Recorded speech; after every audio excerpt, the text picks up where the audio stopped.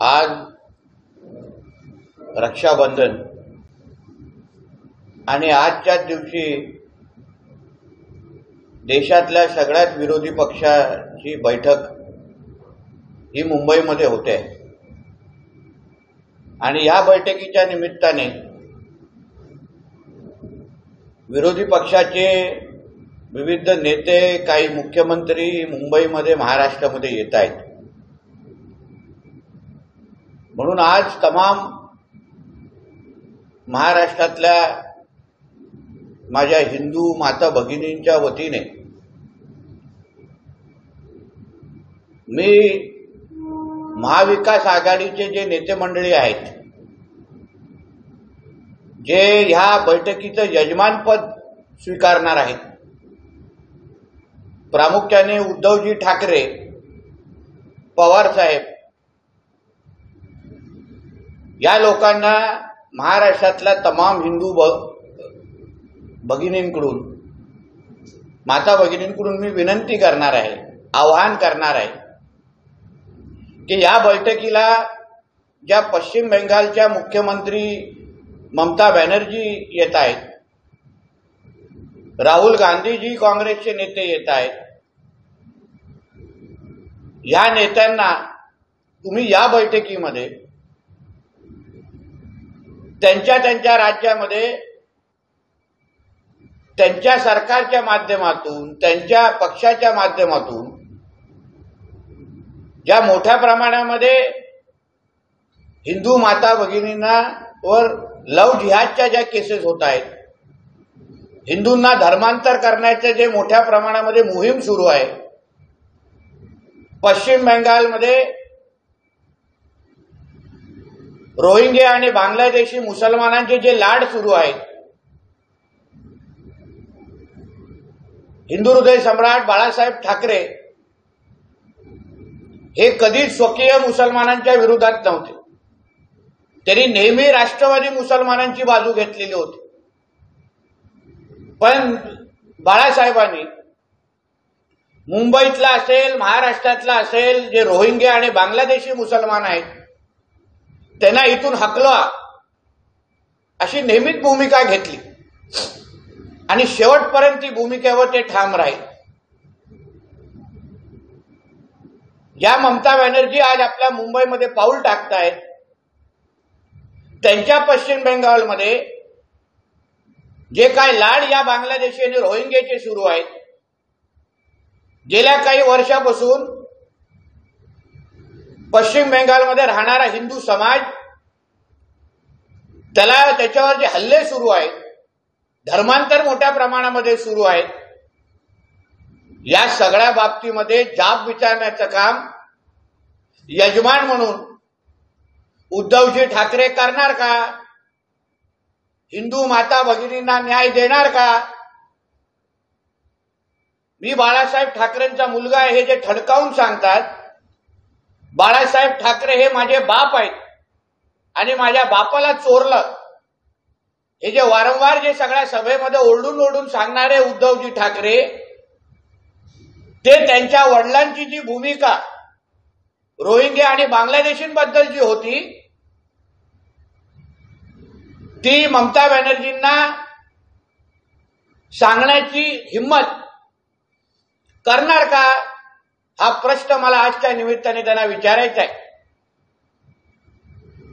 कारण का इंडिया बैठकीमध्ये जेवढे पक्ष येत आहेत, राहुल गांधीजींचं कर्नाटकमध्ये सरकार आहे आणि कर्नाटकचं सरकार आल्यापासून तिथेही धर्मांतर विरोधी कायदा रद्द करण्याची हालचाली सुरू झाली आहेत. पाकिस्तान जिंदाबादचे नारे ऐकायला मिळत आहेत. तर तशीच परिस्थिती बिहारमध्ये आहे. मग आज रक्षाबंधनच्या निमित्ताने या सगळ्याच हिंदू माता भगिनींना यजमान स्वीकारलेले उद्धवजी ठाकरे, पवार साहेब, काँग्रेसचे अन्य नेते महाराष्ट्रातल्या हिंदू माता भगिनींच्या माध्यमातून किंवा त्यांचे प्रतिनिधी बनून या सगळ्या नेत्यांना जे त्यांच्या राज्यामध्ये हिंदूंवर हल्ले करतायत त्यांना जाब विचारण्याचं काम करणार का? हा प्रश्न मला आजच्या निमित्ताने त्यांना विचारायचा आहे. सकाळी संजय राजाराम राऊतनी जो नीती आयोगच्या संदर्भात एक जो निर्णय केला गेला, ज्या निर्णयाचं खरं म्हणलं तर स्वागत करायला हवं, की नीती आयोग आता मुंबईच्या विकासावर हातभार लावणार आहे आणि त्याच्यावर पण ह्यांनी टीका करण्याचं काम केलं. वर्षानुवर्ष ह्यांची जी जुनी टेप रेकॉर्डर सुरू आहे, मुंबई महाराष्ट्रातून तोडणार, ते काय आतापर्यंत होऊ शकलं नाही. मोदी आणि शहांकडून मुंबई वाचवा. अहो, सन्मान्य मोदी साहेब, सन्मान्य अमित शहाजी नसते तर मुंबई या ठाकरे प्रायव्हेट लिमिटेड कंपनीने कधीच विकून खाल्ली असती. जे भ्रष्टाचाराचे आरोप, ज्या चौकशा सुरू आहेत, त्याच्यामध्ये कोणाचंच आडनाव मोदी किंवा शहा नाहीये. त्याच्यामध्ये संजय राजाराम राऊतचे पार्टनर आहेत, उद्धव ठाकरेचे नातेवाईक आहेत, आदित्य ठाकरेचे मित्र परिवार आहेत. मग नेमकं मुंबईला लुटलं कोणी? म्हणून मुंबईला मोदीजी आणि शाह साहेबांकडून धोका नाहीये, पण पाटणकर आणि सरदेसाईंकडून धोका आहे. म्हणून याच पाटणकर आणि सरदेसाईंकडून वाचवण्याचं काम सन्मान्य मोदीजी आणि अमित शहाजींनी केलंय. आणि मुंबईचा विकास हा भारतीय जनता पक्ष आणि शिवसेना शिंदे साहेबांच्या नेतृत्वात आम्ही निश्चित पद्धतीने करणार, एवढा ठाम विश्वास तुम्हाला या निमित्ताने देतो. आणि कितीही या मुंबईमध्ये येऊन हे काय आघाड्यांच्या बैठक घ्या, विरोधकांच्या बैठक घ्या, याचा काही परिणाम होणार नाही. 2024ला आएगा नरेंद्र मोदीही, हे कितीही तुम्ही ह्याला आव्हान देण्याचा प्रयत्न करा, त्याच्यात काही फरक पडणार नाही. नीती आयोगाच्या मुद्द्यावरून संजय राऊतांनी असं म्हटलंय की हा मुंबई गिळण्याचा डाव आहे आणि त्यासाठीच उद्धव ठाकरेंचं सरकार पाडलं गेलं आणि त्यासाठीच राष्ट्रवादीत फूट पाडली गेली. मुंबईला गिळत कोण होतं आणि गिळून ढेकर कोण मारत होतं? तर ठाकरे प्रायव्हेट लिमिटेड कंपनी. जेवढे, जसं मी सांगितलं ना, पाटणकर आणि सरदेसाईंकडून मुंबईला वाचवण्याची गरज होती. अगर मुंबई गिळणारे कोण आहेत हे ज्या चालू असणाऱ्या ज्या चौकशा आहेत ना, ह्याच्यातून स्पष्ट होत आहे. सुधीर पाटकर कोण? संजय राजाराम राऊत. सूरज चव्हाण कोण? आदित्य ठाकरे. बाकी कॉन्ट्रॅक्ट कोणाला? किशोरी पेडणेकर कोणाच्या महापौर होत्या? तर उद्धव ठाकरेच्या. सगळ्याच अगर तुमच्या ठाकरे प्रायव्हेट लिमिटेडचे सदस्य असतील तर मग मुंबई नेमकं गिळत होतं कोण? आणि मुंबईला वाचवण्याचं काम हे फडणवीस साहेबांनी आणि मोदी आणि शाह साहेबांनी केलंय. यासाठी मुंबईकरांच्या वतीने मी त्यांच्या मनापासून आभार मानतो. संजय राऊत असंही म्हणतायत एकनाथ शिंदे हे लाचार, बोलचट आणि गुडघे टेकणारे मुख्यमंत्री आहेत. मोदी आणि शहांच्या दावणीला लावून मारले गेले. कोण लाचार होतं, कोण पुलसट होतं, कोण खोटारडा होता, कोण घरकमडा होता ना, हे 2.5 वर्ष महाराष्ट्राने पाहिले. खरं म्हटलं तर उद्या मातोश्रीची खरी मम्मी उद्या दिल्लीवरून येते इथे महाराष्ट्रात, ज्याच्या समोर वाकून वाकून उद्धव ठाकरेंची मान वाकडी झाली, गळ्याला पट्टा बांधायला लागला, म्हणून झुकण्याचं आणि वाकण्याचं ज्यांनी उच्चांक गाठला त्यांनी आम्हा लोकांना पुलसट आणि आमच्या मुख्यमंत्र्यांना नावं ठेवू नका.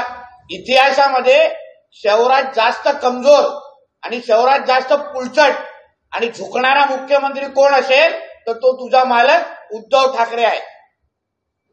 संजय राऊत असंही म्हणतायत की मी खात्रीने सांगतो 2024 पर्यंत हुकुमशाहीचा आणि भाजपचा पराभव झालेला असेल.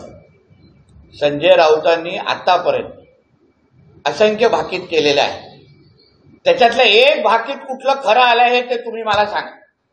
उद्धव ठाकरे हे पुढच्या 25 वर्ष मुख्यमंत्री राहणार. महाविकास आघाडी 25 वर्ष सत्तेमध्ये राहणार. आमचं महायुतीचं सरकार फेब्रुवारीला पडणार. आमचं महायुतीचं सरकार मे मध्ये पडणार. ह्याच्यातली एक तरी भाकीत खरी झाली आहे का? म्हणून हे अटक होण्याच्या भीतीवरून बोलणारे हे सगळे वाक्य आहेत. त्याच्याने काही होणार नाही. 2024ला आमचंच सरकार येणार. पण त्याच्या अगोदर संजय राऊत जेलमध्ये बसून मोदी साहेबांची शपथविधी बघणार. साहेब, आपण नेहमी हिंदुत्वाचा बाजूने बोलता, मात्र पुण्यात शिवजयंतीला कालीचरण महाराजांनी भडकाऊ भाषण केलं म्हणून त्यांच्यावर गुन्हा दाखल झालेला आहे. एक लक्षात घ्या, तर ते भाषण केलं काय कसं, कालीचरण महाराजांबरोबर मी असंख्य वेळी मी त्यांच्या व्यासपीठावर राहिलेलो आहे. हिंदुत्वाचा ज्वलंत आवाज आणि परखड हिंदुत्वाबद्दलचं मत कालीचरण महाराज नेहमी मांडत आलेले आहे. म्हणून पोलिसांना पाहिजे सखोल चौकशी करून दे, त्याच्यात काही हरकत नाही. पण कालीचरण महाराजांचे विचार हे हिंदुत्वासाठी पोषक आहेत आणि हिंदुत्वाला प्रोत्साहन देणारे आहेत. म्हणून त्याच्यामध्ये त्यांच्या विचारामध्ये काही वाईट नाही, असं मी त्यांचा ऐकून बोलणाऱ्यापैकी एक व्यक्ती आहे. म्हणून त्यांच्या विचाराचा मला त्यांच्या विचार पूर्ण पाठिंबा है. और एक चीज मैं यहाँ कहना चाहता हूं कि आज सारे विपक्ष दलों की बैठक मुंबई में होने वाली है. इस विपक्ष दलों की बैठक में पश्चिम बंगाल की मुख्यमंत्री ममता बनर्जी जी आने वाली है. उसके साथ राहुल गांधी जी, सोनिया गांधी जी, लालू प्रसाद यादव जी, ये सारे अलग अलग राज्यों के मुख्यमंत्री और उनके सारे लोग नेता आने वाले हैं. इसका होस्ट उद्धव ठाकरे जी खुद है और पवार साहब भी उधर होने वाले हैं. तो इसलिए महाराष्ट्र के सभी हिंदू बहनों के तरफ से, आज रक्षाबंधन का त्योहार है, इसलिए सभी हिंदू बहनों के तरफ से मैं उद्धव जी को याद दिलाना चाहता हूं, एहसास दिलाना चाहता हूं कि वो बाला साहब ठाकरे जी के पुत्र है. वो खुद भी बार बार बोलते हैं कि हाँ, मैं बाला साहब ठाकरे जी का बेटा हूं, इसलिए शिवसेना मेरी है. तो इसलिए आप सच्ची में अगर बाला साहब ठाकरे जी के बेटे होंगे तो जिस बाला साहब ठाकरे जी ने हमेशा रोहिंग्या बांग्लादेशियों के खिलाफ एक भूमिका ली, रोहिंग्या और बांग्लादेशियों को मुंबई से निकाल दो, उनको यहां से खाली करो, इस तरीके की भूमिका जो हमेशा हमारे बाला साहब ने ली. और जिस पश्चिम बंगाल की मुख्यमंत्री आज रक्षाबंधन के दिन हमारे मुंबई में आ रही है, कदम रख रही है, उनके पश्चिम बंगाल में हिंदुओं को मारा जाता है, हिंदू बहनों का बड़े पैमाने पे लव जिहाद के केसेस है, उनका धर्मांतर किया जाता है. उनके पश्चिम बंगाल में बड़े पैमाने पे बांग्लादेशी और रोहिंग्या मुसलमानों को बड़ा किया जाता है, उनको ताकत दी जाती है. बाला साहब ठाकरे ये कभी भी राष्ट्रवादी मुसलमानों के खिलाफ नहीं थे, मगर ये जो बांग्लादेशी मुसलमान हैं, यही जो रोहिंग्या है, इनके खिलाफ बाला साहब ने हमेशा आवाज उठाई है. इसलिए मैं उद्धव जी को पूछना चाहता हूं कि आप में अगर सच्ची में बाला साहब ठाकरे जी का खून होगा, आप सच्ची में अगर उनका नाम लगाने की हिम्मत करते हैं, तो आप आज के मीटिंग में, इंडिया के मीटिंग में, आप पश्चिम बंगाल के मुख्यमंत्री ममता बनर्जी को पूछने की हिम्मत आपने दिखानी चाहिए कि आपके यहाँ जो हिंदू बहनों के ऊपर जो धर्मांतर किया जाता है, लव जिहाद के केसेस है, आपके पश्चिम बंगाल में जो बांग्लादेश और रोहिंग्या मुसलमानों को जो ताकत दी जाती है, सारे अधिकार दिए जाते हैं, उनके खिलाफ भूमिका लेने के लिए आप उद्धव ठाकरे ममता बनर्जी को कहेंगे क्या, इतनी हिम्मत दिखाएंगे क्या? बाला साहब ठाकरे के बेटे खुद को बुलाते होंगे तो उन्होंने जिस राहुल गांधी जी के कर्नाटक में पाकिस्तान जिंदाबाद के नारे सुनाई में देते हैं, जिस राहुल गांधी जी के कर्नाटक में धर्मांतर विरोधी जो कायदा है, जो कानून है, उसको बर्खास्त करने का काम या प्रक्रिया शुरू है, तो उस राहुल गांधी को, उस नीतीश कुमार को, उस ममता बनर्जी को, जो जो अपने राज्यों में हिंदुओं के खिलाफ भूमिका लेते हैं, वो सभी नेताओं को हिंदुओं को के ऊपर अत्याचार बंद करने का काम या उनको बंद करने के लिए आप उद्धव ठाकरे और उनके बाकी जो महाविकास आघाड़ी के नेताजन हैं, वो महाराष्ट्र के हिंदू बहनों की तरफ के माध्यम से उनको कहेंगे क्या ये सवाल मुझे आज के दिन उनको पूछना है। इसी अवसर पर संजय राउत जी का एक बयान आया हुआ है। उन्होंने दावा किया है कि 2024 तक हुकुमशाही और भाजपा दोनों का पराजय हो जाएगा। देखिए, संजय राजाराम राउत ने जितनी भविष्यवाणी की है, अभी तक एक भी उनकी भविष्यवाणी सच्चाई में आई नहीं। उन्होंने कहा ये हमारी महायुति की सरकार फरवरी में गिरने वाली है, फिर मई में गिरने वाली है। उन्होंने ये भी कहा कि उद्धव जी ठाकरे ये 25 साल तक महाराष्ट्र के मुख्यमंत्री रहेंगे, महाविकास आघाड़ी की सरकार ये 25 साल तक रहेगी। तो उस सारे उनके दावों को कोई भी अर्थ नहीं है। अभी तक जितने उन्होंने दावे किए हैं, एक भी उनको जो उनका दावा है वो जो सच हुआ नहीं है, इसलिए उनके कुछ भी कहने को कुछ भी महत्व नहीं है। संजय राजाराम राउत को कितना महत्व उनके पहले आघाड़ी के लोग देते, वो पहला पूछना चाहिए। मुझे याद है नाना पटोले जी ने उनको बोला कि मैं संजय राउत को पहचानता नहीं हूं, सुप्रिया सुले ने हो, हमारे पवार साहब ने हो, ये सारे लोगों ने संजय राउत की महाविकास आघाड़ी में या ये अलायंस में क्या औकात है, ये हमेशा उन्होंने कह के दिखाई है। इसलिए उस संजय राजाराम राउत के स्टेटमेंट को हम कोई महत्व देते नहीं। नीतीश जी, 2024 को आपके नजर में भाजपा कहाँ होगी? ये हालांकि देखा जाए तो कई सर्वे जो आ रहे हैं वो भी भाजपा के कई खिलाफ आ रहे हैं, कई साथ में आ रहे हैं। जिस तरह से ये इंडिया गुड बनाया जा रहा है, जो कि 16 दल एक साथ आए हुए थे, लेकिन अभी तो आज 26 दल एक साथ हुए। कहीं ना कहीं ये भाजपा के लिए कड़ा सामना देखने मिलेगा। ये सारे जो दल जिसको आप इंडिया दल बोल रहे हैं, अब सारे दलों की सांसद की संख्या अगर आप गिनेंगे तो किसके पास 1 सांसद है, किसके पास 10 सांसद है, किसके पास तो सांसद ही नहीं है। कोई पार्टियों के पास तो खुद की पार्टी भी बची नहीं है, खुद का सिंबल भी बचा नहीं है। और ये सारे साथ में आके इस देश को इस्लामीकरण करने के लिए ये लोग सब साथ में आए। इनको हमारे देश में हिंदुओं को खत्म करना है, हिंदू समाज को खत्म करना है, इसलिए ये सारे अलायंस के नाम पे साथ में आए हैं। इनको मालूम है जब तक मोदी जी यहाँ रहेंगे तब तक इस देश को हिंदू राष्ट्र बनाने से कोई भी रोक नहीं सकता। इसलिए ये सारे लोग, इनको खुद देश के ऊपर प्यार नहीं है, इनको या तो खुद प्रधानमंत्री बनना है या तो इस देश के हिंदुओं को खत्म करना है। और इसलिए ये सारे जन साथ में आए हैं।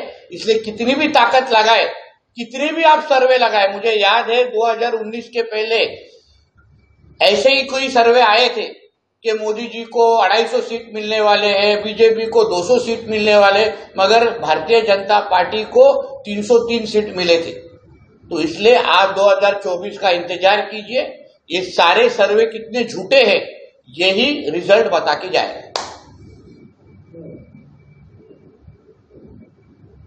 तो सुनील राऊतनी एक कुठला तरी दावा आज केलाय की मला 100 कोटीची ऑफर आहे। संजय राजाराम राऊत बोलतो की मला पण प्रवेशासाठी दिल्लीतून फोन येते। कदाचित सुनील राऊतांनी काही शून्य जास्त लावले असतील असं मला वाटतं की ज्याला कोण 100 रुपये पण येण्यासाठी देणार नाही, तर 100 कोटी तर फार लांबची गोष्ट आहे।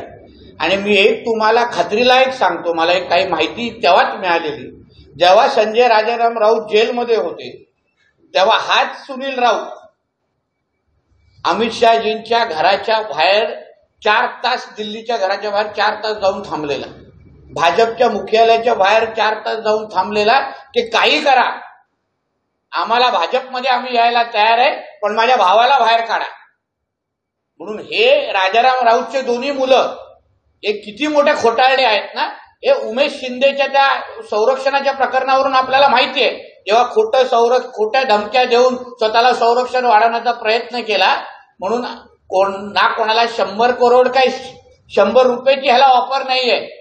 यापेक्षा हा संजय राऊत आतमध्ये असताना सुनील राऊत अमित शहाजींच्या दिल्लीच्या घराच्या बाहेर थांबला होता की नाही, याचं उत्तर सुनील राऊतनी द्यावं की मला काही करा पण भाजपमध्ये घ्या। पण आमच्या पक्षश्रेष्ठींनी स्पष्ट भूमिका घेतलाय की हा कचरा आमच्या पक्षामध्ये नको।